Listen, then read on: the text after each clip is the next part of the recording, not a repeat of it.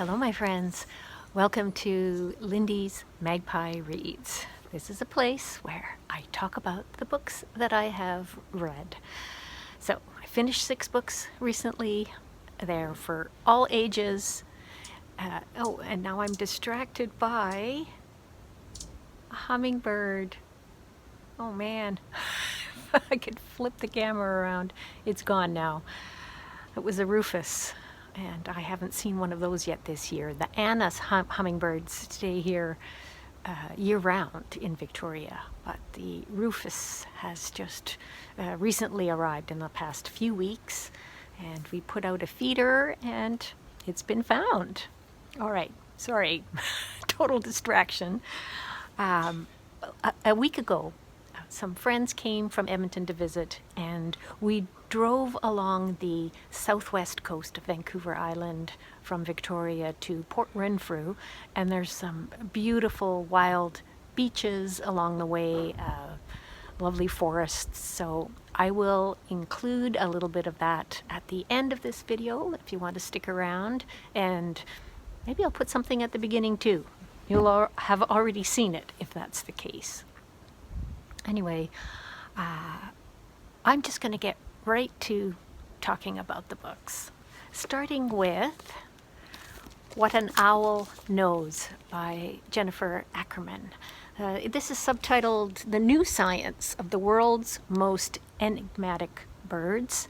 She says that of all the raptors, owls have been the least studied, but there's a whole bunch of new information about them, discounting a lot of things we thought that we knew about owls, and fascinating information, like about the way that they process sound, which is partly through the visual cortex. So we're thinking, or scientists are thinking, that owls are creating a visual image of the sounds that they hear, and that's how they're able to catch a mouse that's under a foot of snow, for example, in the dark. Yeah, just strictly from sound. There's fascinating stuff about their feathers. Owls tend to have so many more feathers than other birds do, and they fly silently. How do they do that? It's explained in here. Their eyes, yes. So a great gray owl has got big eyes that are about 3% of its total body weight. You know, an owl might weigh about 3 pounds. And Ackerman said that her own eyes are 0.0003% of her body weight. And if she had eyes that were the same proportion as a great gray owl, each eyeball would be the size of an orange and would weigh 4 pounds. So, yeah, that also helps them to see well. I love the way that Ackerman writes. I've read other books by her about birds, and what keeps me coming back is her writing style. So she combines scientific facts with things that are a little more lyrical, I guess. She talks about how exciting it is to have a chance encounter with an owl, and here's a description of one of those encounters. For me, it was an adventure, bright, intense, deeply affecting. That owl seemed like a messenger from another time and place, like starlight. Being near her somehow made me feel smaller in my body and bigger in my soul. And this reminded me of an encounter that I had with a snowy owl. Back in Edmonton, one winter morning, it was still kind of dim. The sun hadn't fully risen yet, and I was walking down back alleys on my way to a bakery, and I came around a corner, and a snowy owl took off from the ground with, I don't know, something like maybe it was a jackrabbit, I'm not sure. But it was seeing the owl itself that was so magnificent. They're big, silent, gorgeous. I think it must have been a male because it was so brilliant white. And, this was years ago, and it's still really fresh in my mind. Yeah, amazing. Now, there are owls, many owls that I've never seen before. But one that she describes as a head on legs, that's a burrowing owl. I'm going to pop in a photo here. There's lots of photo images in the book. And another owl that looks really intriguing is the elf owl, very, very tiny. She also has a chapter on the human cultural experience of owls. So an owl can represent two different things in the same culture, being lucky or being a sign of bad luck. Yeah, fascinating stuff about that. There's a woman who's a research librarian at the Metropolitan Museum in New York, and she has cataloged every image of owls that she can find, and she's got something like 500 of them. She has an Instagram account, Owls at the Met. I will put that information down below in the description box if you're interested. Owls are fascinating, and if you read Ed Yong's book, An Immense World, I think you also would like this book. I think there's going to be a lot of buzz about it. Well, especially because it's one of the titles on the BookTube Prize nonfiction list. So, yes, I hope it makes it through to the final rounds. And next up is a reread for me, Tiger Flu by Larissa Lai. Larissa Lai is a Chinese-Canadian author, grew up in Newfoundland, I think St. John's, Newfoundland. She possibly lives in Alberta right now, I'm not sure. But I have read every one of her novels. I've enjoyed every one of them. And the reason that I reread this is because my feminist book club has chosen it for this coming weekend. We'll be talking about it.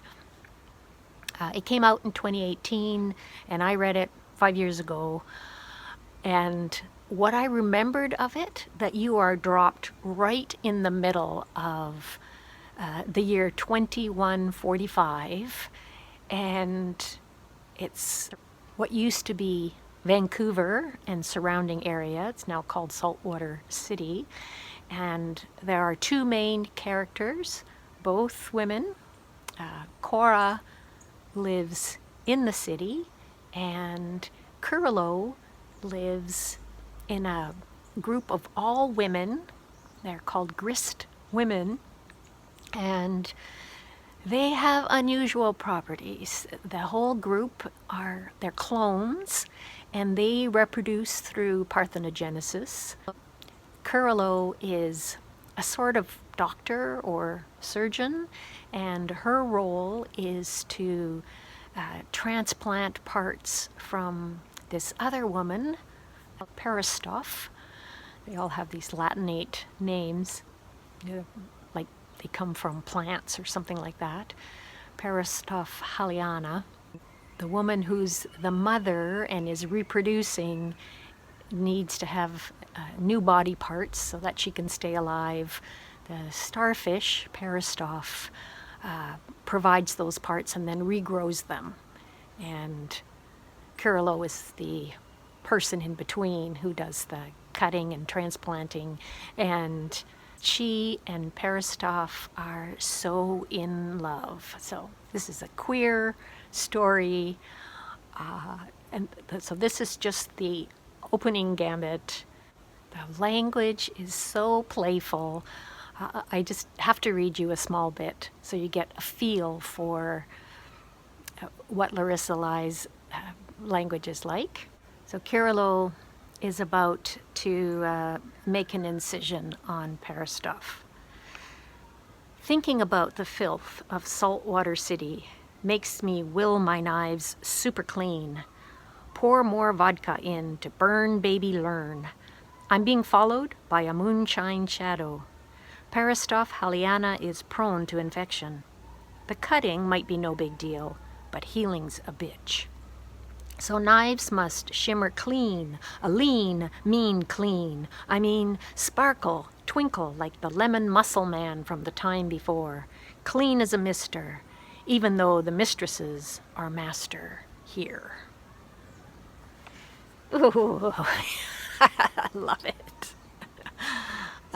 This quite an exciting story. The tiger flu is one that affects mostly men. And yeah, that's all I'm going to tell you about this novel, besides the fact that I loved it just as much or more on my second reading. And I almost forgot to mention that Tiger Flu won a Lambda Literary Award in 2019 for lesbian fiction.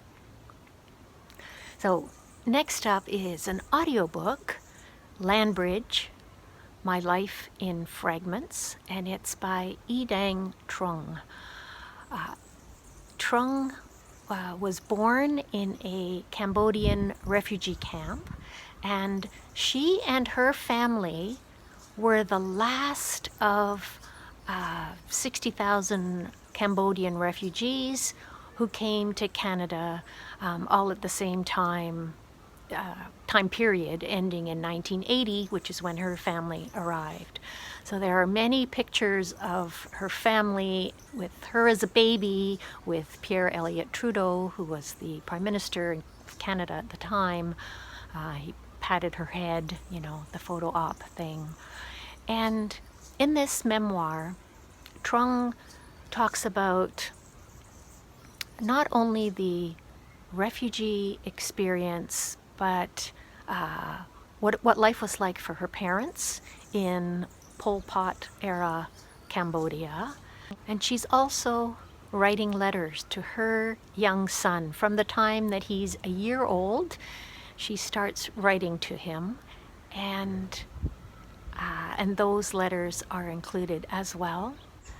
She's ill, and also writing a little bit about her illness experience.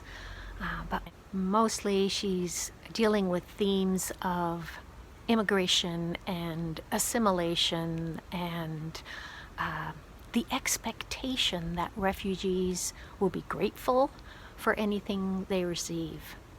There's one section where she talks about worm picking and how so she was too young to participate, but her mother and father and two older brothers would go out and pick worms during the night, and those worms would be sold to fishermen, and they'd make extra money that way. Now, in order to not be troubled by the police, their sponsors, she and her family are in Goderich, Ontario, which is the town of Alice Munro, by the way. Anyway, so they're in Goderich, and their sponsors, who are members of a church, arrange for letters that say that they have permission to be in graveyards and places like that so that they won't get into trouble. And her father says, at that time, people were still nice to refugees. They helped us so we could go pick gold. The work was lucrative, especially on nights of heavy rain in May and June, and we could earn $50 to $100 a night as a family.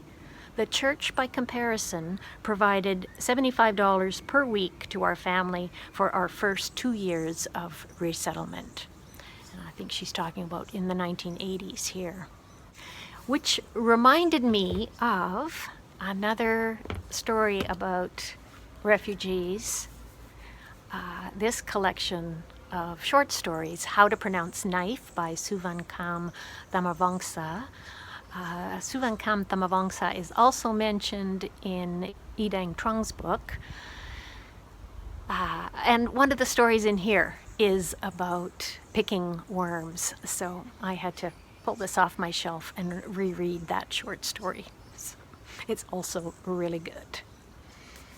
I like writing that's in small bits, short chapters or fragments, and so that's another reason why Troeung's book really appealed to me, but I'm also always keen to find out more about the refugee and immigration experience, so I really appreciated that. Next up is a graphic novel by Christopher Twin. It's called Bad Medicine. Christopher Twin is Nehiyaw, or Cree, from Swan River. That's in northern Alberta. He now lives in Edmonton. He's a cartoonist. Here's the back side of this. And this is a story aimed at teen readers and older. And it's a group of teens who are gathered around a campfire at night, and they're trying to outdo each other with scary stories. And some of the stories are based on Nehiyaw traditional monster type creatures, and some are, like more general folklore, and some are on the real life type monsters, like the ones that are responsible for missing and murdered Indigenous women and girls. So it's a series of stories. It's entertaining, but there's that dark, more substantial layer underneath. And I will pop in a few images here so you can see his style. He uses a lot of dark colors that are quite suited to the kind of story that it is. His drawing is quite spiky and, again, very suited. And like I said, entertaining, dark, recommended. And next I have a middle grade novel. This one's called Thirst. It's by Varsha Bajaj. And Varsha was born and grew up in Mumbai, and that is where this story is set. We've got a 12-year-old girl who lives in a slum, and right next to the slum are these tall skyscrapers where there are whole pools, swimming pools full of water. But she and her family have to line up at a tap and collect water and boil it every day. And here's a passage about boiling the water. While I strain it, I think about what the other doctor at the clinic had explained to us last year when Ma fell sick, that we needed to purify the water like this every day because even though we can't see them, there are germs in the water that can make us sick. The whole process is so long that I see why it's so easy to skip some days. I have a little story about this from the time that I was in Canada World Youth, and we were all placed with families in Sri Lanka, and the families had instructions to boil water for us Canadians.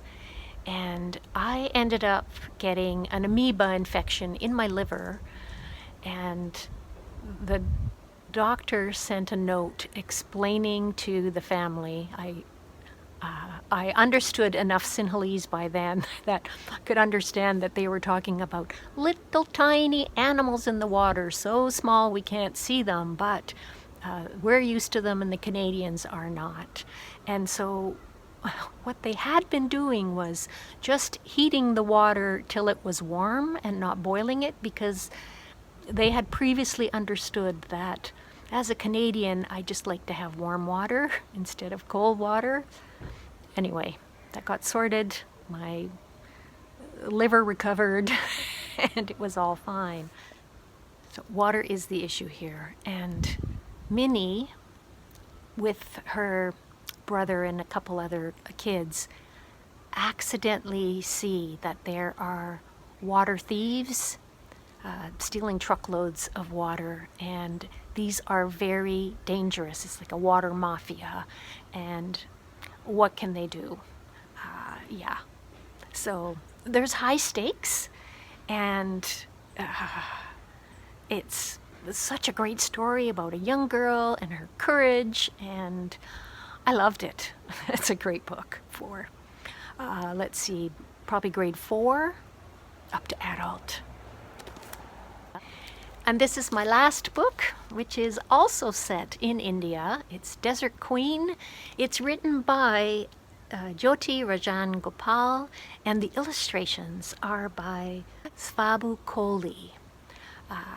They're such gorgeous illustrations. It's the biography in verse of a famous drag queen from Rajasthan. Look at those pictures. There's a lot of Indic words, and there is not a glossary at the end. It's very easy to Google nowadays, but what I noticed is that that word is always pictured. So in this case, we're talking about following the Bansuri's call. The Bansuri is a flute, and there's Krishna playing the Bansuri. Isn't that gorgeous? I went to the publisher's website, Levine Querido's website, and found this great conversation between the author and the illustrator.